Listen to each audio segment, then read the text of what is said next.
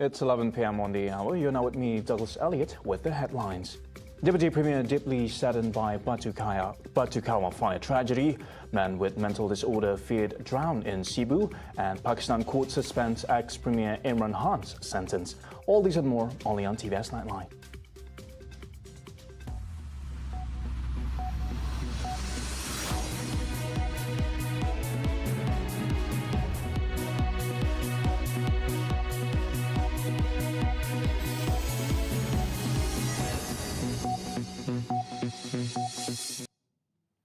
We begin with this.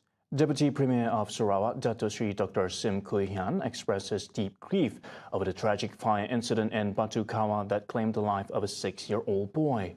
In a Facebook post, the Batu Kawah Assemblyman had promised to help the affected house owners to rebuild their homes while urging the authorities to quickly determine the cause of the fire. He added there were a number of instances of fire cases within his constituency upon becoming state assemblyman. However, the Monday's devastating flame was the first to involve a casualty.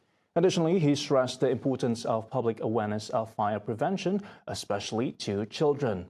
In the Monday afternoon incident, a blazing inferno ravaged 5 houses in RPR Batu Kawah, and the body of 6-year-old Zayan Nazim Zainal Abidin was found on the 2nd floor of his residence after failing to escape from the raging flames.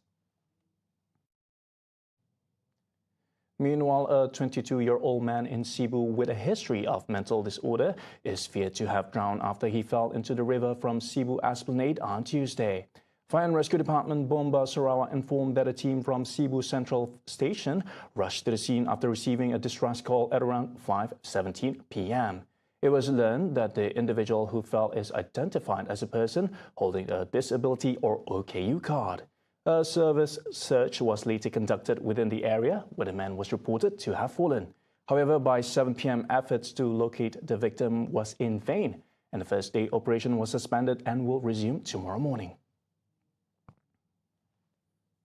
And in world news, a Pakistani court on Tuesday suspended former Prime Minister Imran Khan's 3-year sentence, ordering his release on bail. A 2-judge bench of the Islamabad High Court, led by Justice Amir Farouk, which reserved the judgment on Monday, announced the short order. Khan was sentenced by a trial court in Islamabad earlier this month for concealing details of foreign gifts he received during his nearly 4-year stint.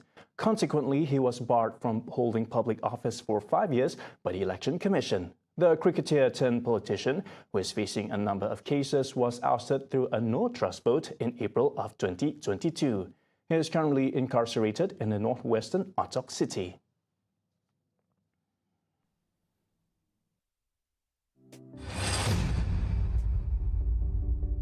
Bureaucratic excesses can impede the efficiency of achieving corporate governance objectives. In addressing this, Sarawak's Deputy Premier Dato' Amar Awang Tengah Ali Hassan emphasized that comprehensive laws and regulations play a crucial role in empowering corporate governance, leading to enhanced financial performance and operational effectiveness. He said this in his text speech read by the Sarawak's Deputy Minister of Urban Planning, Land Administration and Environment, Dato' Len Talif Saleh, held during the STIDC Corporate Governance Day 2023 at Waterfront Hotel, Kuching on Tuesday. With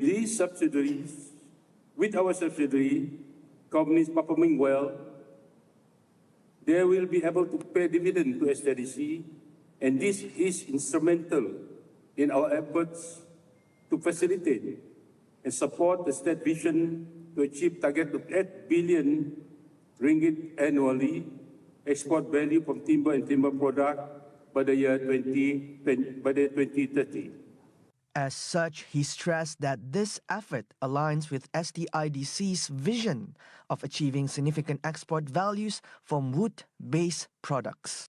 Meanwhile, he called upon all subsidiaries of Sarawak Timber Industry Development Corporation, STIDC, to adopt comprehensive rules and regulations, empowering corporate governance within the companies, and overseeing bureaucracy that may hinder the implementation of policy decisions under their jurisdiction. Spearheaded by Sarawakian youth, a novel initiative has emerged. a scaled-down version of the Sarawak State Legislative Assembly, or DUN, aptly named Dewan Belia, or Youth Assembly. Sarawak's Minister of Youth, Sports and Entrepreneur Development, Dato Sri Abdul Karim Rahman Hamzah, highlighted the significance of the Youth Assembly, emphasizing that its purpose is to mirror DUN proceedings, offering a platform to educate and raise awareness about the inner workings of the government. Ada usul untuk ditubuhkan Dewan Belia seperti yang diadakan di peringkat Parlimen. Parlimen Belia, ada usul untuk peringkat negeri, ada juga ahli Dewan Undangan Negeri Belia, Dewan Belia lah. He said this in a press conference while chairing the state-level National Youth Consultation Council, MPBN, in Kuching earlier today. Karim commended the proposal, saying it reflects the maturity of Sarawakian youth and youth leaders today. Banyak usul-usul ini mempunyai mutu yang baik, bukannya hanya datang daripada kedai kopi, warung-warung dan sebagainya, tapi usul-usul yang perlu diperhalusi, perlu diperdalami oleh pihak kerajaan dan juga badan-badan ataupun jabatan-jabatan yang menjaga belia-belia ini. Dan ini menunjukkan kematangan belia-belia, pemimpin-pemimpin belia pada masa ini. Mereka tahu bahawa apa kemahuan mereka, apa aspirasi mereka yang mereka perlu pertengahan. Terpulang kepada kita untuk menghuraikan, melihat, mendalami dan sekiranya dapat diaturkan, kita akan aturkan landasan itu. He further noted that today's youth display a heightened level of engagement and participation in youth programs, exemplified by the recent enthusiastic response to initiatives like Jelajah Belia. This year's National Youth Consultation Council meeting involves more than 80 participants representing diverse government agencies, associations, and youth leaders. An initial fund of 2 billion ringgit has been allocated to ensure the success of the National Energy Transition Facility project. With Malaysia's evolving carbon capture technology, Prime Minister Dato Sri Anwar Ibrahim stated that the fund will ensure a smooth execution of the energy transition project, thus positioning Malaysia as a regional leader in emerging energy industry. The National Energy Council will be activated to ensure holistic energy planning and policy development while monitoring progress of the NETR. I will personally see to it that the Council functions as mandated. Now, ladies and gentlemen, detractors to the contrary notwithstanding, energy transition is not an option. He said this at the launch event of the National Energy Transition Roadmap, NETR. The NETR identifies 6 energy transitions areas with 10 projects and 50 initiatives, while also welcoming private sector collaboration, which highlighted technologies include electric vehicle infrastructure, carbon dioxide capture and utilization technology, CCUS, and hydrogen adoption. As the paramount challenge in energy transition is financing, it is estimated that an investment of at least 1.5 trillion ringgit between 2023 and 2050 is needed to enable responsible energy transition. Within this decade alone, the government requires between 60 billion and 90 billion ringgit to be allocated for crucial projects. He further highlighted the need to prioritize project redevelopment in the transportation sector, energy source infrastructure, and training for human capital development. Furthermore, energy efficiency can offer an effective long-term solution for managing energy consumption and subsequently reducing carbon emissions. The government intends to hold the first National Energy Council meeting in October this year, signaling the government's clear commitment to date to implement its national energy transition roadmap ambition. Economy Minister Rafizi Ramli said the meeting, among others, would lay out its directions as well as policies. The establishment of the National Energy Council is the strongest signal yet of the government's intention of moving beyond blueprints and into the nitty-gritty of implementation. The National Energy Council, to be chaired by the Prime Minister, and which the Ministry of Economy is Secretariat, would set forth high-level strategic directions and policies. He added, in order to realize the economic gains for the country, there are three critical structures that will become the foundation of the National Energy Transition Roadmap, namely strong governance, substantial financing, and a credible and transparent exchange system. Although Malaysia only contributes 0.8% of the global greenhouse gas emissions, we are ready and willing to participate in the global efforts to climate action. NETA is the government's most conclusive proof that we are not merely paying lip service to the climate goals, we are here to take. Meanwhile, Rafizi said Malaysia would never be able to fully unlock the true potential of renewable energy without establishing a physical energy exchange in the country, noting that energy exchange is necessary for Malaysia to command the price premiums of renewable energy from cross-border trading. The Kuching District Police Headquarters has achieved the establishment of 2 specialized units dedicated to efficiently tackling the ongoing theft cases within the district. Its Chief Assistant Commissioner of Police Ashman Baja stated that these squads will concentrate their efforts on addressing incidents involving vehicle theft and armed robberies.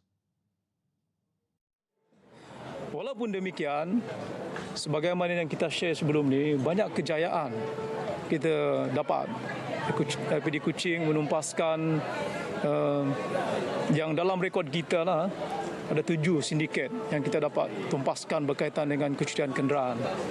Dan perkara ini tak berhenti di situ, kita bersama-sama dengan kontijen Sarawak di bawah kepimpinan Yang Dihormati Pesuruhjaya Polis, kita semua menubuhkan tim-tim tertentu. Termasuk Kuching ini, kita buat masa ini dalam usaha kita untuk menumpaskan jenayah-jenayah yang menghantui masyarakat Kuching, kecurian kenderaan dan juga samun. Kita telah menubuhkan 5 tim CAT yang dulu saya pernah kenalkan dulu, tim CAT, Counter Aggressive Team. Kemudian kita tambahkan lagi 5 tim yang baru, iaitu tim lejang. Lejang ni maknanya khusus untuk kenderaan. Kemudian kita turut mengatur gerak beberapa elemen-elemen penugasan kita yang around the clock, 24 hours. Ashman acknowledged the successful apprehension of 7 syndicates, but noted a steady increase in the number of cases. He attributed this rise to the accessibility of technology. Comparing August 28 to July statistics, vehicle theft cases increased by 19, prompting a strategic shift in the police force's approach.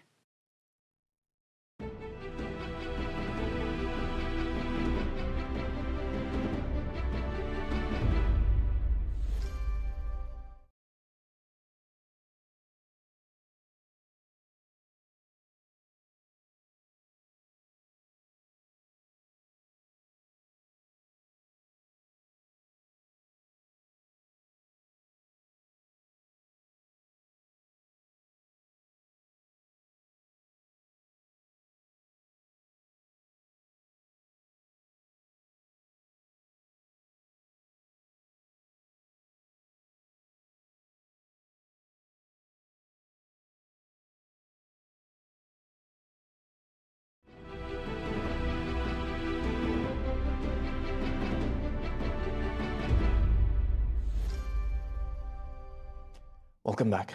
The cockpit voice recorder or CVR data of the aircraft that crashed onto the Guthrie Highway near Bandar Elmina in Shah Alam, Selangor on August 17 has been extracted. Transport Minister Anthony Loke said the Accident Investigation Bureau finally managed to retrieve the data with the help of the CVR original equipment manufacturer at its laboratory in Florida, United States. Loke said the audio recordings had been sent to the investigation team in Malaysia for analysis, and preliminary report was expected to be issued in 2 weeks' time.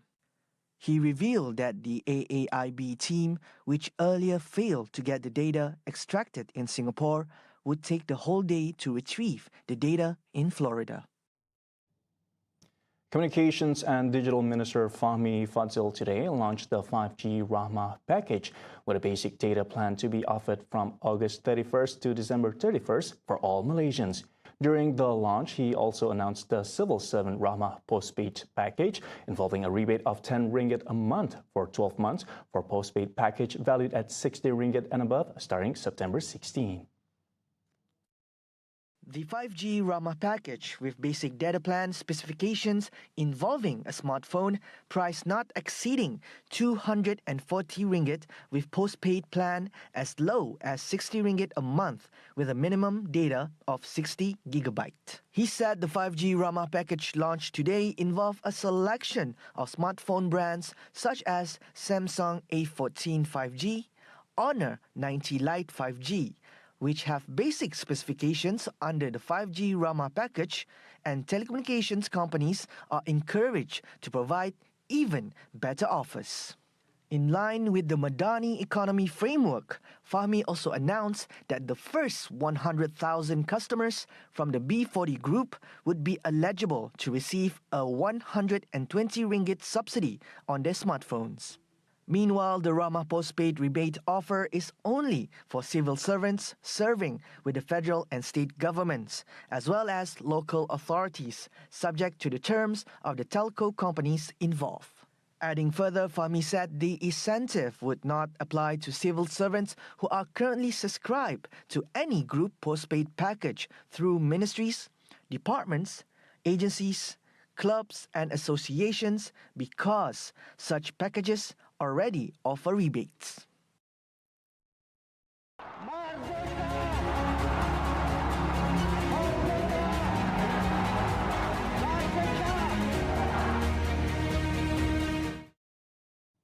Unity is an essential element and the cornerstone in making Malaysia a more dynamic and progressive nation in the future.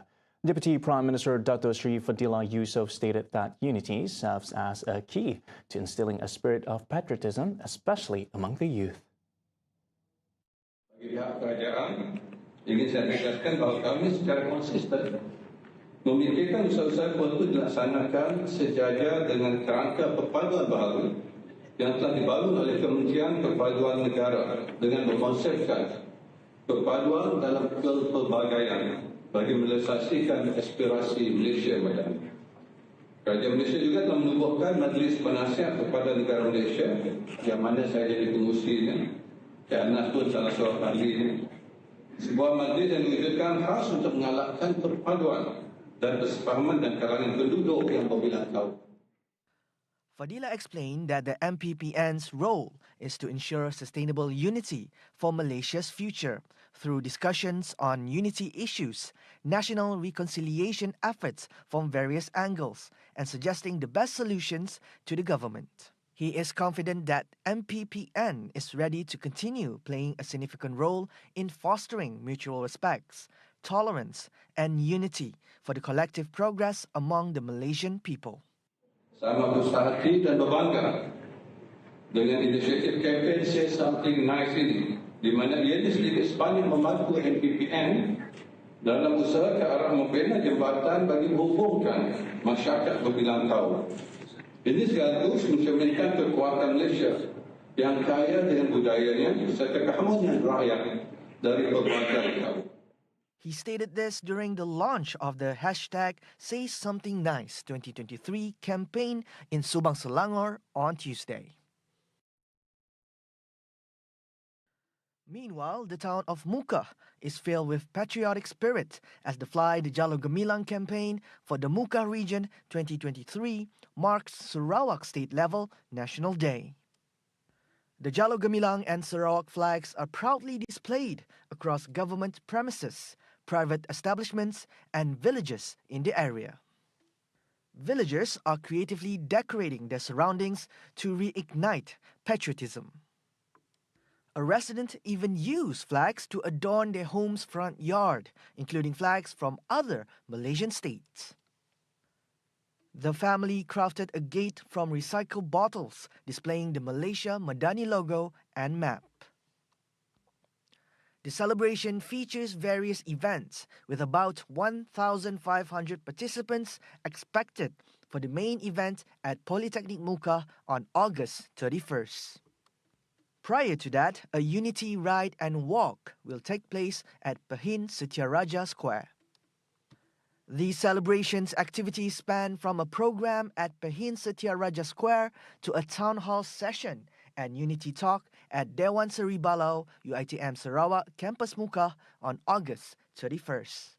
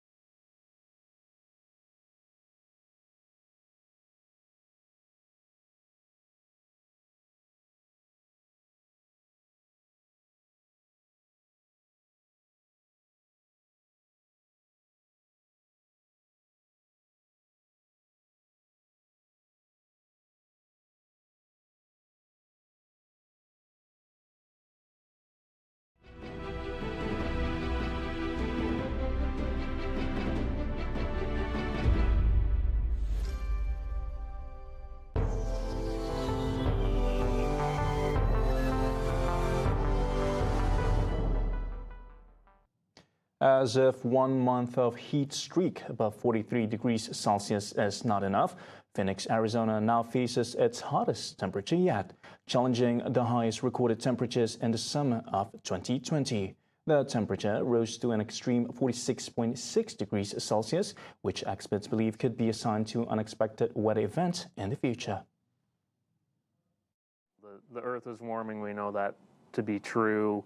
To what extent it has in terms of our day-to-day weather, maybe not so much, but the things that we see in terms of the data is how things are trending over time, and things are trending warmer with more extreme events, kind of like what we've seen this summer with the heat wave. And also, visitors headed for Phoenix for outdoor activities are advised to be well hydrated weeks before their trip to prevent them from feeling nauseous and disoriented due to the heat. I've been doing this on a daily basis, and so I'm kind of used to it. I wouldn't suggest anybody come out here and start hiking in the heat of the day without keeping yourself hydrated several weeks prior to that. I was out here about a month ago when a hiker got in trouble, and they had to call the fire department to come pick her up. She was disorientated, thrown up, nauseous, so that's heat stroke. That's something you don't want to have. Generally, we have a handful of deaths in the summertime due to people hiking. Similarly, a recent visitor to Phoenix reported that the temperature was hot enough that it warms the ground to uncomfortable temperatures, hot enough to fry an egg. it's almost like they just built a city inside of a desert, which really is what it is. So parking was a little further away, so just walking from the stadium to your vehicle, you're like drenched in sweat. They've got like grates for like sewage and stuff on the ground, and I'm like, you could probably put eggs down or something on the ground and probably could fry something. It's that hot. So. In the past decade, Phoenix has recorded maximum temperatures within the 47 to 48 degree range between June through August. This year, meteorologists predict that summer is expected to expand further than the July-August timeframe. More on natural disaster. A tropical storm known as Idalia has hit Cuba not long before it hits Florida's Gulf Coast. The National Hurricane Center, on its latest advisory, reported that Idalia was already churning 130 kilometers off the western tip of Cuba as it heads north, packing maximum sustained winds of 112 kilometers per hour. Over 10,000 were evacuated from affected areas prior to the hurricane making its landfall on Monday, 2 p.m. Cuban time. Estas zonas más blancas son donde está la lluvia más intensa. Y entonces en estas bandas espirales también aparecen zonas de lluvia intensa. Algunas de ellas ya están sobre Pinar del Río, incluso sobre Artemisa, y algunas avanzan más hacia La Habana. Estas que están acá están próximas a La Habana. Llevamos 2 días bajo el agua. Lo que no había subido mucho antes, pero sí, agua sí había llovido bastante. Get this, doctors in Australia found an 8-centimeter live wriggling worm inside a 64-year-old woman in the world's first discovery of such cases in humans. The patient was first admitted to hospital in 2021 following abdominal pain, fever and cough before being referred to Canberra Hospital the following year, where she started experiencing memory loss and depression. The discovery was made by doctors and researchers at the Australian National University and Canberra Hospital. The worm, Ophidascaris robertsi, is usually found in pythons and had not been documented in humans before. Obviously, we were surprised.